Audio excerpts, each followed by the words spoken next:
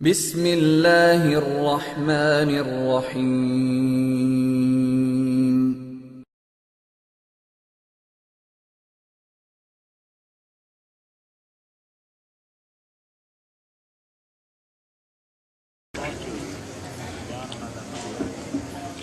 الحمد للہ نحمده ونستعینه ونستغفره ونؤمن به ونتوكل عليه ونعوذ بالله من شرور أنفسنا ومن سيئات أعمالنا من يهده الله فلا مضل له ومن يضلل فلا هادي له ونشهد أن لا إله إلا الله وحده لا شريك له ونشهد أن سيدنا ومولانا محمدا عبده ورسوله أما بعد فأعوذ بالله من الشيطان الرجيم بسم الله الرحمن الرحيم منها خلقناكم وفيها نعيدكم ومنها نخرجكم تارة أخرى اللهم صل على محمد وعلى آل محمد كما صليت على إبراهيم وعلى آل إبراهيم إنك حميد مجيد اللهم بارك على محمد وعلى آل محمد كما باركت على إبراهيم وعلى آل إبراهيم إنك حميد مجيد۔ نہ میں کا ذکر نہ پینے کی بات کرتے ہیں، نہ میں کا ذکر نہ پینے کی بات کرتے ہیں، میں کہتے ہیں شراب کو، نہ میں کا ذکر نہ پینے کی بات کرتے ہیں، ہم اہل دل ہیں اور مدینے کی بات کرتے ہیں۔ نہ میں کا ذکر نہ پینے کی بات کرتے ہیں، ہم اہل دل ہیں اور مدینے کی بات کرتے ہیں۔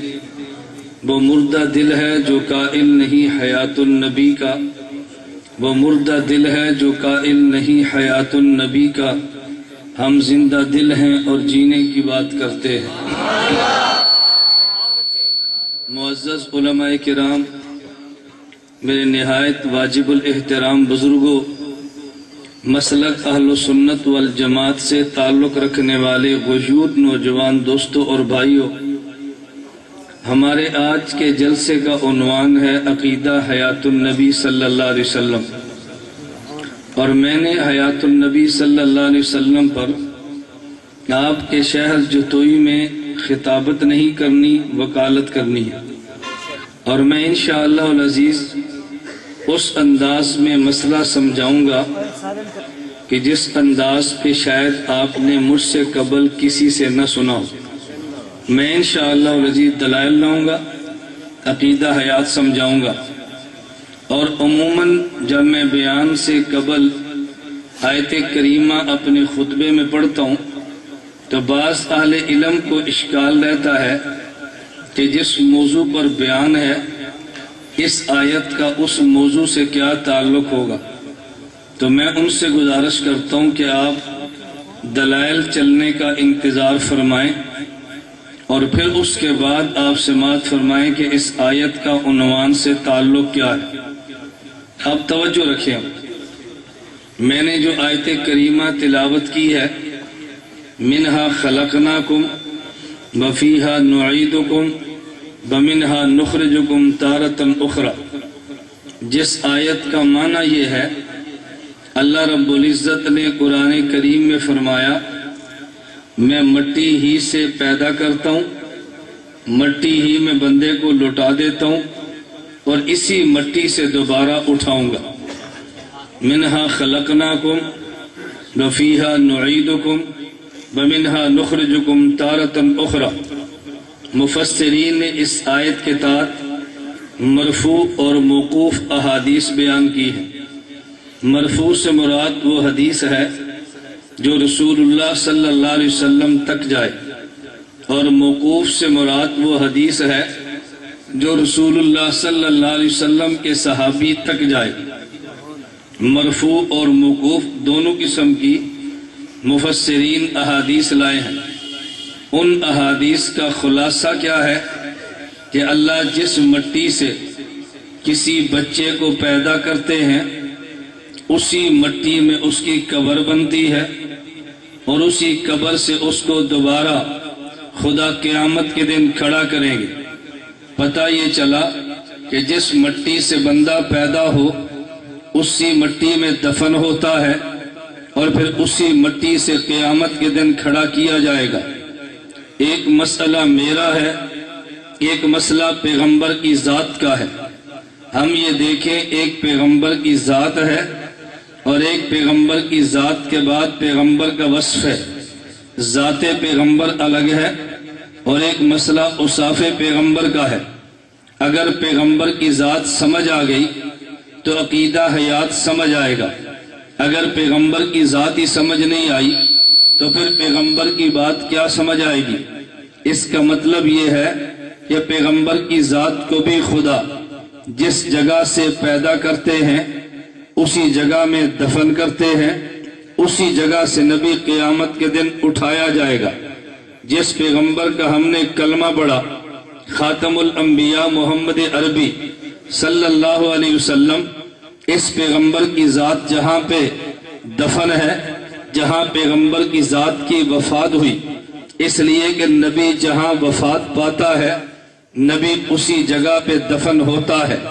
اور یہ صدیق اکبر رضی اللہ عنہ نے حدیث بیان کی ہے۔ نبی پاک صلی اللہ علیہ وسلم کے وفات پا جانے کے بعد مسئلہ یہ پیدا ہوا کہ اللہ کے نبی کو کہاں دفن کیا جائے، تو صدیق اکبر رضی اللہ عنہ نے حدیث سنائی کہ رسول اکرم صلی اللہ علیہ وسلم نے فرمایا جہاں نبی وفات پائے اسی جگہ پہ نبی کو دفن کیا جاتا ہے۔ اس سے پتہ چلا کہ نبی پاک صلی اللہ علیہ وسلم کی وفات کی جگہ بھی امی عائشہ کا حجرہ ہے، نبی پاک صلی اللہ علیہ وسلم کے دفن کی جگہ بھی امی عائشہ کا حجرہ ہے، اور نبی پاک صلی اللہ علیہ وسلم کا خمیر بھی امی عائشہ کا حجرہ ہے۔ حضور اسی مٹی سے پیدا ہوئے، اسی مٹی میں دفن ہوئے، وہیں سے قیامت کے دن اٹھیں گے۔ اب سوال یہ ہے جہاں پیغمبر دفن ہوئے اس مٹی کی حیثیت کیا ہے؟ صحیح بخاری اٹھا کے دیکھ، پیغمبر نے اعلان کیا ہے ما بین میتی و منبری روضۃ من ریاض الجنہ، پیغمبر کی قبر کی جگہ، پیغمبر کا حجرہ، پیغمبر کا مدفن یہ جنت کا ٹکڑا ہے۔ اس سے پتہ یہ چلا کہ نبی جس جگہ سے پیدا ہوا یہ عام جگہ نہیں ہے بلکہ یہ جنت والی جگہ ہے۔ تو یہ مسئلہ طے ہوا، ایک خمیر تیرا ہے، ایک خمیر میرا ہے، ایک خمیر نبی کا ہے۔ امتی کا خمیر اس مٹی سے ہے جو زمین والی ہے، نبی کا خمیر اس مٹی سے ہے جو جنت والی ہے، میرے محمد کا خمیر اس مٹی سے ہے جو جنت الفردوس والی ہے۔ امتی اور نبی میں فرق یہ ہے، جو زمین اور جنت میں فرق ہوتا ہے، عام انبیاء اور میرے نبی میں فرق یہ ہے جو جنت اور جنت الفردوس میں فرق ہوتا ہے۔ آپ توجہ رکھیں، توجہ، مجھے آپ کی داد کی حاجت نہیں ہے، داد کا بھوکا وہ ہوتا ہے جس کے پاس دلائل نہ ہو۔ ہمارا تو داد کا مسئلہ ہی نہیں ہے، آپ نے ذرا دلائل میرے سننے ہیں۔ میں بتا یہ رہا تھا کہ پتہ یہ چلا کہ نبی کریم صلی اللہ علیہ وسلم کی جگہ جہاں سے حضور پیدا ہوئے یہ مٹی جنت والی ہے۔ اب ہم نے دیکھنا یہ ہے کہ جنت والی مٹی کے خواص کیا ہیں، دنیا والی مٹی کے خواص کیا ہیں۔ دیکھیں، ایک آدمی کو چیز تیار کرتا ہے تو پھر وہ کہتا ہے بھئی دیکھو یہ جو میں نے چیز آپ کو دی ہے نا اس کا مٹیریل فلاں چیز ہے، میں اس میں فلاں چیز فلاں جگہ سے لایا ہوں۔ تو جتنا مٹیریل عمدہ ہو اتنی وہ چیز عمدہ اور قیمت والی ہوتی ہے۔ میرے پیغمبر کا خمیر جس سے خدا نے نبی کو پیدا کیا وہ جنت کی جگہ ہے۔ اس کا مطلب یہ ہے کہ میرے پیغمبر کا وجود یہ جنتی وجود ہے، میرے پیغمبر کا وجود یہ جنت کی مٹی سے بنا ہے، میرے پیغمبر کا وجود یہ زمین والا نہیں جنت والا ہے۔ تو چل ذرا دیکھتے ہیں کہ جنت کا وجود میں خاصیت کیا ہے، جنت کی مٹی کی خوبیاں کیا ہیں۔ جو خوبی جنت کی مٹی کی ہے وہ خوبی میرے پیغمبر کے وجود کی ہوگی، چونکہ بنا جو مٹی سے ہے۔ تو پھر میں نے قرآن و احادیث کا مطالعہ کیا تو مجھے پتہ یہ چلا ہے کہ جنت کی مٹی میں کبھی بدبو نہیں ہوتی، جنت کی مٹی میں ہمیشہ خوشبو ہوتی ہے۔ میں نے اپنے پیغمبر کے وجود کو دیکھا ہے، میرے پیغمبر کے وجود میں کبھی بدبو نہیں آئی، میرے پیغمبر کے وجود میں جب بھی آئی ہے تو پھر خوشبو آئی ہے، کیونکہ جنت والا وجود جو ہے، میرے نبی دنیا میں رہتے ہیں، اگر حضور پہ سورج آیا ہے تو نبی کا پسینہ نکلا ہے، اگر نبی نے مشقت والا کام کیا ہے تو پسینہ پھر بھی نکلا ہے۔ یہ پسینہ کیوں آیا؟ نبی دنیا میں جو رہتے ہیں، لیکن جب پسینے کو سونگا ہے اس میں خوشبو آئی ہے، چونکہ وجود جنت والا جو ہے، کیونکہ وجود جنت والا جو ہے، پیغمبر کے جسم پہ پسینہ آیا، دنیا کے اثر کی وجہ سے اس پسینے سے خوشبو آئی ہے، جنت کے وجود کی وجہ سے۔ انس بن مالک رضی اللہ عنہ فرماتے ہیں، خدا کی قسم اٹھا کر کہا، میں نے 10 سال پیغمبر کی خدمت کی ہے، میں نے نبی کے ہاتھ کو دیکھا تو ریشم سے نرم پایا ہے، جنت میں سختی نہیں، ہمیشہ نرمی ہوتی ہے۔ میں نے پیغمبر سے زیادہ خوش اخلاق کسی کو نہیں دیکھا، جنت میں بد اخلاق نہیں، ہمیشہ خوش خلق ہوتے ہیں۔ میں نے پیغمبر کے پسینے کو سونگا۔ حضرت انس بن مالک کہتے ہیں، ما شممت اطیبا ما شممت اطیبا من عرق محمد صلی اللہ علیہ وسلم، میں نے پیغمبر کے پسینے سے زیادہ کبھی خوشبو کو سونگا ہی نہیں ہے۔ پتہ یہ چلا میرے پیغمبر کا پسینہ خوشبو والا، وجود جنت والا جو ہے، میں کہتا ہوں نہیں، میں پسینے سے آگے چلتا ہوں۔ روایت موجود ہے، حضرت رسول اللہ میرے پیغمبر کے وجود کے بول کی بات کرتا ہوں، الخصائص الکبریٰ لسیوطی میں موجود ہے۔ ام ایمن رضی اللہ عنہا میرے پیغمبر کی باندھی ہے، حضور کے گھر میں سوئی ہے، نبی پاک صلی اللہ علیہ وسلم رات کو اٹھے ہیں، حضور کے گھر میں تشت تھا، ایک وہ چھوٹا سا برتن ہے، جب رات کو حاجت پیش آتی حضور اس میں بول فرما لیا کرتے۔ امی حضرت ام ایمن رضی اللہ عنہا فرماتی ہے، میں رات کو اٹھی، مجھے پیاس لگی، میں نے نبی پاک صلی اللہ علیہ وسلم کے بول کو لیا اور میں نے اس کو پی لیا۔ جب صبح اللہ کے نبی اٹھے تو میں نے حضور سے عرض کیا، حضور میں نے رات کو آپ کے بول مبارک کو پی لیا ہے۔ نبی پاک صلی اللہ علیہ وسلم مسکرا پڑے اور فرمانے لگے، انک لن تشتکیا بطنک بعد یومک ھذا، ام ایمن تیرے پیٹ کو کبھی بیماری نہیں لگے گی، کیونکہ تیرے پیٹ میں نبی کا بول گیا ہے۔ اس سے پتا چلا پیغمبر کا پسینہ دیکھ تو خوشبو والا ہے، پیغمبر کے بول کو بھی دیکھ تو شفا والا ہے، کیونکہ نبی کا وجود جو جنت والا ہے۔ میں بول سے بڑھ کے بات کرتا ہوں۔ امی عائشہ رضی اللہ عنہا فرماتی ہیں، الخصائص الکبریٰ لسیوطی میں حدیث مبارک موجود ہے۔ امی عائشہ نے کہا، یا رسول اللہ آپ بیت الخلاء میں گئے ہیں، بیت الخلاء سے نکلے ہیں، میں آپ کے پیچھے بیت الخلاء میں گئی ہوں، لیکن عجیب بات یہ ہے، انی لم ارا شیئا، میں نے بیت الخلاء میں کچھ بھی نہیں دیکھا، الا انی اجد رائحۃ المسک اور رائحۃ طیب، حضور میں نے وہاں خوشبو سونگی ہے اور تو کچھ بھی نہیں تھا۔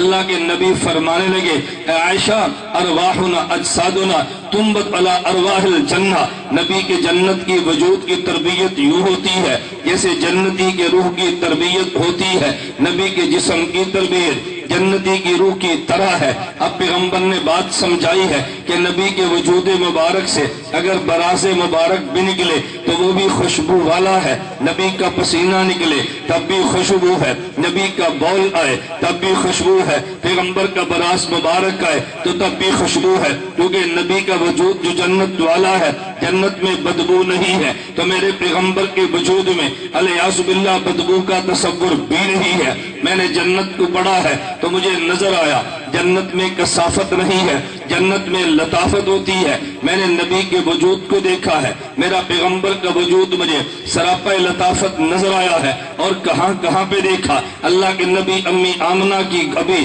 امی آمنہ کے پیٹ میں ہے، امی آمنہ فرما رہی ہے، فرماتی ہے حضور میرے پیٹ میں تھے اور خدا کی قسم مجھے کبھی پتہ بھی نہیں چلا، میں حمل کے ساتھ ہوں، مجھے کبھی احساس بھی نہیں ہوا۔ حضرت امی آمنہ فرماتی ہے، اس طرح عام عورت کو بوجھ محسوس ہوتا ہے، مجھے کبھی بوجھ محسوس نہیں ہوا، کیونکہ پیٹ میں وجود جنت والا ہے اور جنت کے وجود میں لطافت ہے، جنت کے وجود میں کثافت رہی۔ میں نے روایات کو پڑھا ہے تو جبریل امین آسمان سے آئے ہیں، حضور کو لینے کے لیے آئے ہیں۔ جبریل امین آئے، براق ٹھہرا ہے، جبریل امین براق پہ حضور کو بٹھایا۔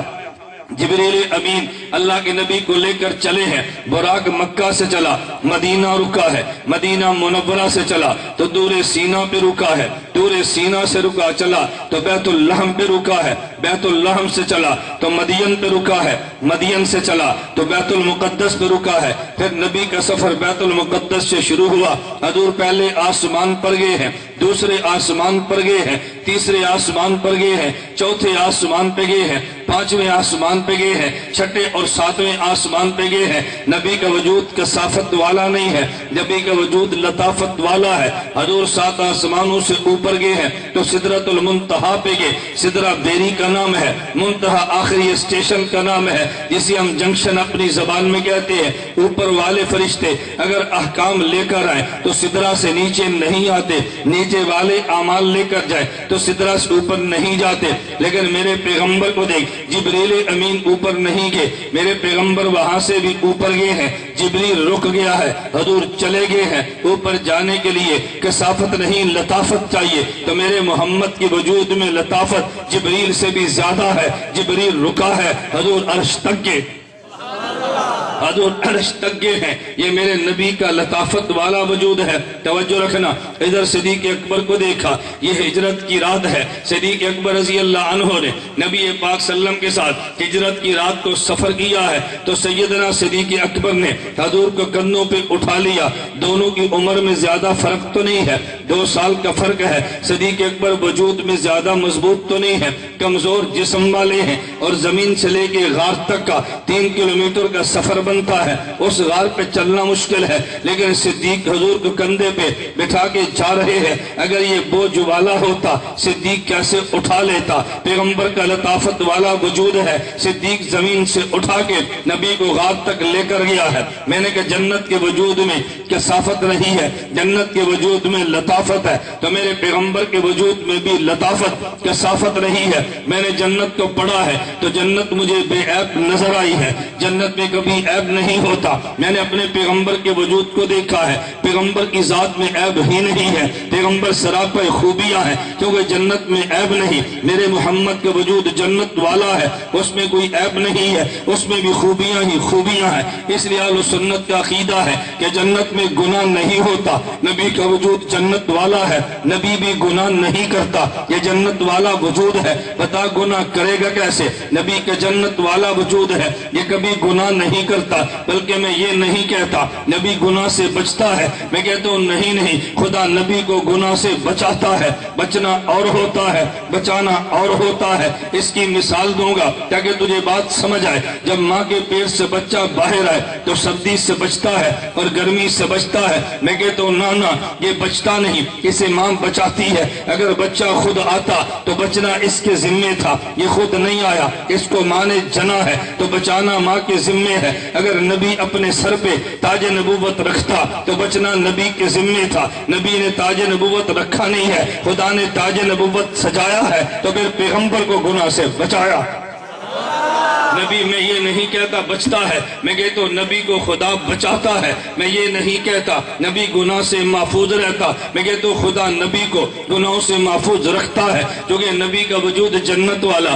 جنت میں جب گناہ جو نہیں ہے تو پیغمبر کے وجود میں گناہ کیسے ہوگا؟ نبی کا وجود جنت والا ہے اور جنت میں گناہ نہیں ہوتا، پیغمبر کے وجود میں بھی گناہ نہیں ہے۔ جنت کا وجود پاک ہوتا ہے، میرے پیغمبر کا وجود بھی پاک ہے۔ یہی تو وجہ ہے کبھی نبی کے وجود پہ مکھی بھی نہیں بیٹھی، کبھی مکھی ناپاک ہوتی ہے، اگر بیٹھ جاتی تو لوگ کہتے دیکھو ناپاکی پیغمبر کے وجود پر آئی ہے۔ خدا نے وجود پیغمبر کو مکھی سے بھی بچایا ہے۔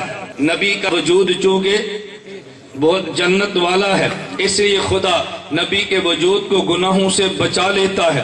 نبی کبھی گناہ نہیں کرتا۔ میں آگے چلتا ہوں، میں بڑی بات کو سمیٹ کے آہستہ آہستہ چلا رہا ہوں تجھے سمجھانے کے لیے۔ ذرا عقیدہ حیات آپ نے سمجھنا ہے، عقیدہ حیات النبی ہے گیا، دلائل تو بات کا مسئلہ ہے، اگلی بات میں کہنے لگو۔ دیکھ میرے پیغمبر کا وجود یہ جنت والا ہے، توجہ، جنت والا ہے۔ خدا تجھے جنت میں لے جائے، جنت میں نیند نہیں ہے، توجہ، جنت میں نیند نہیں۔ میرے نبی کا وجود جنت والا ہے، چاہیے تو یہ تھا میرے نبی کو بھی نیند نہ آتی، لیکن چونکہ نبی دنیا میں آئے ہیں تو دنیا کا اثر ہے، نبی پہ نیند آنی ہے، لیکن نیند یوں نہیں آنی جیسے زمین والے جسم کو آتی ہے، اگر آئی بھی تو یوں آنی جیسے جنت والے جسم کو آتی ہے۔ جنت والے وجود کو کیسے آئی ہے؟ صحیح بخاری میں روایت موجود ہے، امی عائشہ رضی اللہ عنہا نے پوچھا اتنام قبل ان توترا، حضور آپ نے تہجد پڑھے پھر آپ سو گئے ہیں، آپ نے اٹھ کے وطر پڑھے، حضور آپ نے تو وضو نہیں کیا، تو بغیر وضو کے وطر کیسے ہوتے ہیں؟ نبی پاک نے فرمایا یا عائشہ تو عینیت تنامان بلا ینام قلبی، عائشہ میں محمد نبی ہوں، جب نبی سو جائے اس کی آنکھ سوتی ہے دل جاگتا ہے، آنکھ سوتی ہے اور دل جاگتا ہے۔ آنکھ میں نیند کیوں آئی ہے؟ یہ دنیا کے ماحول کی وجہ سے دل کیوں جاگتا ہے؟ بھئی جنت والا جو ہے اصل تو وجود میں دل ہوتا ہے۔ اللہ کے نبی نے فرمایا، آپ نے حدیث پڑھی ہے، اللہ ان فی الجسد مضغہ، ایک دل میں ٹکڑا ہے، اگر وہ ٹھیک ہے پورا بدن ٹھیک ہے، وہ خراب ہے تو پورا بدن خراب ہے۔ اللہ وحی القلب، دیکھو وہ دل ہوتا ہے، تو دل چونکہ پورے وجود کا مرکز ہے، دل مرکز بدن ہے، اس لیے اگر یہ مرکز جاگتا ہے اس کا مطلب وجود پہ اثر نہیں ہے، تو چاہیے تو یہ تھا نبی پہ نیند نہ آتی، لیکن نیند آئی ہے دنیا کے ماحول کی وجہ سے، لیکن دل جاگتا ہے اس لیے کہ پیغمبر کا وجود، توجہ، پیغمبر کا وجود جنت والا ہے۔ میں بتا یہ رہا تھا کہ جو کہ نبی کا وجود جنت والا ہے اس پہ بدبو بھی نہیں، نبی کا وجود جنت والا ہے اس میں نجاست بھی نہیں، نبی کا وجود جنت والا ہے اس میں کثافت بھی نہیں، نبی کا وجود جنت والا ہے تو نبی کے دل پہ نیند بھی نہیں۔ یہی وجہ کہ جب نبی سو جائے اور نبی کو خواب آ جائے تو وہ وحی ہوا کرتی ہے۔ نبی کی خواب کیوں وحی ہے؟ اس لیے کہ نبی کی وحی نبی کی آنکھ پر نہیں آتی، نبی کی وحی نبی کے کان پر نہیں آتی۔ قرآن کہتا ہے فَإِنُّ نَسْلَهُ عَلَىٰ قَلْبِكَ، یہ جب بھی وحی آتی پیغمبر کے دل پہ آتی ہے، نبی جاگتا ہو دل تب بھی جاگتا ہے، نبی سو رہا ہو دل تب بھی جاگتا ہے، نبی سو رہا ہو دل، نبی جاگتے ہوں دل تب بھی جاگتا ہے، اور نبی سو جائے تو دل تب بھی جاگتا ہے، کیونکہ دل جاگ رہا ہے اس لیے نبی کی خواب بھی وہی بنتی ہے۔ توجہ رکھنا، آپ حضرات کے سامنے ہے قربانی کہاں سے چلی ہے۔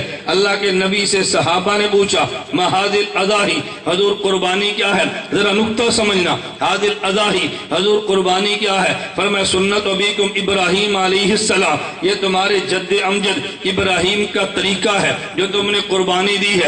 ابراہیم اسلام کی قربانی کہاں سے چلی ہے؟ جبریل نہیں آیا، حضرت ابراہیم نے خواب دیکھی ہے، اور صبح اٹھ کے بیٹے اسماعیل سے فرمایا یا بنی انی ارا فی المنام انی اذبحک فانظر ماذا تری، اے بیٹے رات کو میں نے خواب دیکھی ہے، تجھے خواب میں ذبح کر رہا تھا، تیرا کیا خیال ہے؟ اسماعیل عرض کرنے لگے یا ابت افعل ما تؤمر ستجدنی انشاءاللہ من الصابرین، ابا جی جو آپ کے خدا کا حکم ملا ہے عمل کریں، مجھے بھی آپ صبر کرنے والا پائیں گے۔ ابراہیم کی خواب وہی ہے، تبھی تو بیٹے کو ذبح کرنے پہ تیار ہے۔ ابراہیم علیہ السلام نے اپنے بیٹے کو ذبح کرنا شروع کیا ہے۔ تو دوستو نقطہ سمجھنا، جب ذبح کرنا شروع کیا ہے اپنی آنکھ پہ پٹیاں باندھ دی، بیٹے کو لٹا دیا، وہ سمجھے کہ ذبح کر رہا ہوں۔ جب ان کو یقین ہو گیا بیٹا ذبح ہو گیا ہے، اپنی آنکھ سے پٹیاں کھولی تو دیکھا اسماعیل کھڑے مسکرا رہے ہیں اور دمبا ذبح ہوا پڑا ہے، اور قرآن کہتا ہے وَفَدَيْنَاهُ بِذِبْحٍ عَظِيمٍ، ہم نے اسماعیل کے بدلے میں تمہیں عظمت والا دمبا دیا ہے۔ عظمت والا دمبا کیوں فرمایا؟ ایک دمبا زمین والا ہے، ایک دمبا جنت والا ہے۔ اسماعیل کے بدلے میں جو دمبا ذبح ہوا وہ زمین والا نہیں ہے۔ ان علماء سے پوچھئے وہ جنت والا ہے۔ میں کہتا ہوں جنت والا کیوں ہے، دنیا والا کیوں نہیں ہے؟ ارے جیسی قربانی دی جائے ویسا صلہ ملتا ہے۔ اگر وجود دنیا والا ذبح ہوتا تو بدلے میں دنیا والا ذبح ہوتا۔ یہ ذبح کیا جا رہا ہے اس بیٹے کو جس کا وجود جنت والا ہے، خدا نے بچا کے دمبا بھی جنت والا دیا۔ اسے پتہ یہ چلا اسماعیل السلام کا وجود چونکہ جنت والا ہے تو خدا نے بدلے میں دمبا کون سا دیا جو جنت والا ہے، اس لیے فرمایا وَفَدَيْنَاهُ بِذِبْحٍ عَظِيمٍ، ہم نے عظمت والا دمبا دیکھو تمہارے بدلے میں دے دیا ہے۔ تو چونکہ نبی کا وجود تھا اور جنت والا تھا، خدا نے اس کے بدلے میں جو جسم دیا دمبا وہ بھی جنت والا ہے۔ میں بتا یہ رہا تھا کہ نبی کی نیند پر نبی کی آنکھ پر نیند آتی ہے اور نبی کے دل پر نیند نہیں آتی، چونکہ نبی کا وجود جو جنت والا ہے۔ آگے چلیے، میں کہتا ہوں ہاں اگر پیغمبر کی نیند کو دیکھ لے اور پیغمبر کی توجہ اور پیغمبر کی موت کو بھی دیکھ لینا۔ بھئی موت اور نیند میں نے کیوں کہا؟ اس لیے کہ نیند اور موت دونوں آپس میں بہنیں ہوا کرتی ہے۔ میں نے حدیثوں کو دیکھا ہے، میں نے قرآن کو پڑھا ہے، تو موت پہ نیند کا لفظ بولا ہے اور نیند پر موت کا لفظ بولا ہے، ایک دوسرے پر لفظ بولے جاتے ہیں۔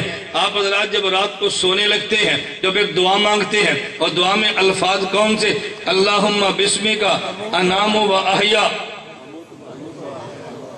انامو کا معنی سونے لگا، اموتو کا معنی تو رات مرنے لگی ہو سونے لگے، تو پھر دعا کیا مانگنی چاہیے؟ اللہم بسمک انامو، اللہ میں تیرے نام لے کر سونے لگاؤ، اور دعا کیا مانگتے ہیں؟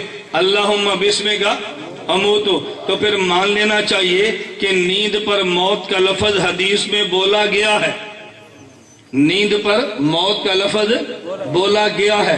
دیکھو ہے نیند لیکن کہا اس کو موت، اور جب صبح اٹھے تو دعا مانگتے ہیں الحمدللہ الذی احیانا بعد ما اماتنا، رات مرے تو نہیں سوئے تھے تو دعا تو مانگنی چاہیے الحمدللہ الذی ایقظنا بعد ما انامنا، اللہ تیرا شکر ہے تو نے رات کو سلا دیا تھا صبح تو نے جگا دیا ہے۔ لیکن دعا یوں نہیں مانگتے، دعا مانگتے الحمدللہ الذی احیانا بعد ما اماتنا۔ پتہ یہ چلا کہ نیند پر موت کا لفظ بولا جاتا ہے، توجہ، نیند پر موت کا لفظ بولا جاتا ہے۔ بالکل اسی طرح موت پر نیند کا لفظ بھی بولا جاتا ہے جب بندہ قبر میں جائے، قبر میں دفن کر دیا جائے۔ حدیث مبارک میں ہے فرشتہ سوال کرتا ہے من ربوں کا، بتا تیرا رب کون ہے، من نبیوں کا، بتا تیرا نبی کون ہے، ما دینوں کا، بتا تیرا دین کیا ہے۔ بندہ جواب دیتا ہے ربی اللہ۔ توجہ، نیند پر موت کا لفظ بولو نا آیا ہے، اور موت پر نیند کا لفظ آیا ہے۔ میں اس پہ دلیل دینے لگا ہوں قرآن اور حدیث سے۔ لوگ کہتے ہیں جی حدیثیں نہیں پڑھتے، قرآن نہیں پڑھتے۔ ہاں یہ میں ضرور کہتا ہوں کہ غلط قرآن نہیں پڑھتے، وہ سمجھ آئی؟ قرآن پڑھتے ہیں لیکن غلط نہیں پڑھتے، ٹھیک قرآن پڑھتے ہیں، ہمیں غلط قرآن پڑھنا نہیں آتا۔ اللہ تعالیٰ حفاظت فرمائے جو سورے لگا کر یہ قرآن کا حشر کرتے ہیں نا، اللہ محفوظ رکھے۔ بس ہم قرآن پڑھتے ہیں لیکن غلط قرآن نہیں پڑھتے۔ میں کیا یہ رہا تھا کہ نیند پر موت کا لفظ آیا ہے، کہاں پہ؟ اللہم بسمک اموتو۔ آگے سنیے، اسی طرح موت پر بھی نیند کا لفظ آیا ہے۔ آپ اٹھائیں حدیث، فرشتہ قبر میں پوچھتا ہے من ربوں کا، بتاؤ تیرا رب کون ہے، من نبیوں کا، تیرا نبی کون ہے، ما دینوں کا، تیرا دین کیا ہے۔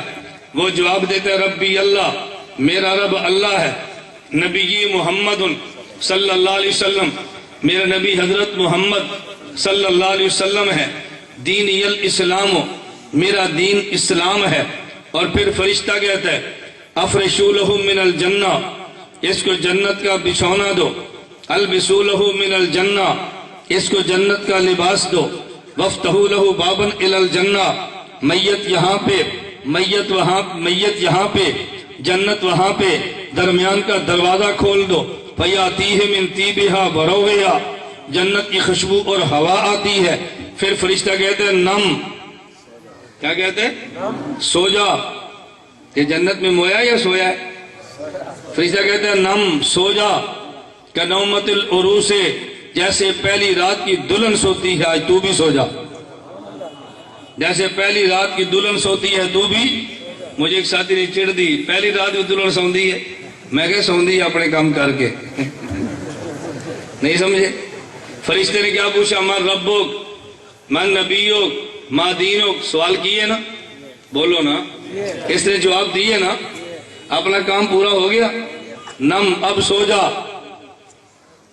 میں لطیفہ کو مولوی نہیں ہوں، نہ ہمارا لطیفے مزاج نہیں ہے، میں ہنساتا نہیں ہوں، میں مسئلہ سمجھاتا ہوں، ہمیں پتا ہے دلہن سوتی ہے، ہماری 3 بیوی ہیں، ہمیں پتا ہے، اور دیکھو نو ٹینشن، کوئی ٹینشن نہیں، کوئی الجھن ہی نہیں ہے، کوئی مسئلہ ہی نہیں ہے بحمداللہ تعالی۔ اور ہمارے گھر میں دیکھو بیان ساتھ چل رہا ہے، وہ بیٹھ کے بھی سن رہی ہے، کوئی الجھن نہیں۔ اب محنت کرو، خدا فضا بدل دیتا ہے۔ میں کس درد سے تمہیں بات سمجھاؤں؟ میں نے کہا نم کا نومت العروس سے، بات سمجھ آئی ہے؟ بولو نا، بات سمجھ آئی؟ سو جا جیسے پہلی رات کی دلہن سوتی ہے۔ چلے نکتہ سننا، فرشتہ یہ بھی تو کہہ سکتا تھا نا سو جا، کہہ نہیں سکتا؟ یہ پہلی رات کی دلہن کیوں کہا؟ یہ دلہن کا لفظ کیوں ہے؟ دلہن کی طرح سو جا۔ بات سمجھو، میں لطیفہ کو مولوی نہیں ہوں، ذرا مثال سمجھنا میں نے کیوں کہا۔ اللہ کے نبی کے لفظ ہیں نم کا نومت العروس سے، ایسے سو جا جیسے پہلی رات کی دلہن۔ توجہ، یہ دلہن کیوں کہا؟ میں ایک بات کہنے لگا ہوں، ایک عورت کو دیکھنے کو دل کرتا ہے، تو نہیں دیکھ سکتا، خدا سے بھی ڈر، معاشرے سے بھی ڈرتا ہے۔ میسج کو دل کرتا ہے، نہیں کر سکتا، خدا سے بھی ڈر، خاندان کا بھی ڈر ہے۔ خط لکھنے کو دل کرتا ہے، نہیں لکھ سکتا، خاندان کا بھی ڈر۔ توجہ رکھنا، خدا کا بھی ڈر ہے، جی چاہتا ہے میں سے ملوں، نہیں مل سکتا، خدا کا بھی ڈر ہے، اور معاشرے کا بھی ڈر ہے۔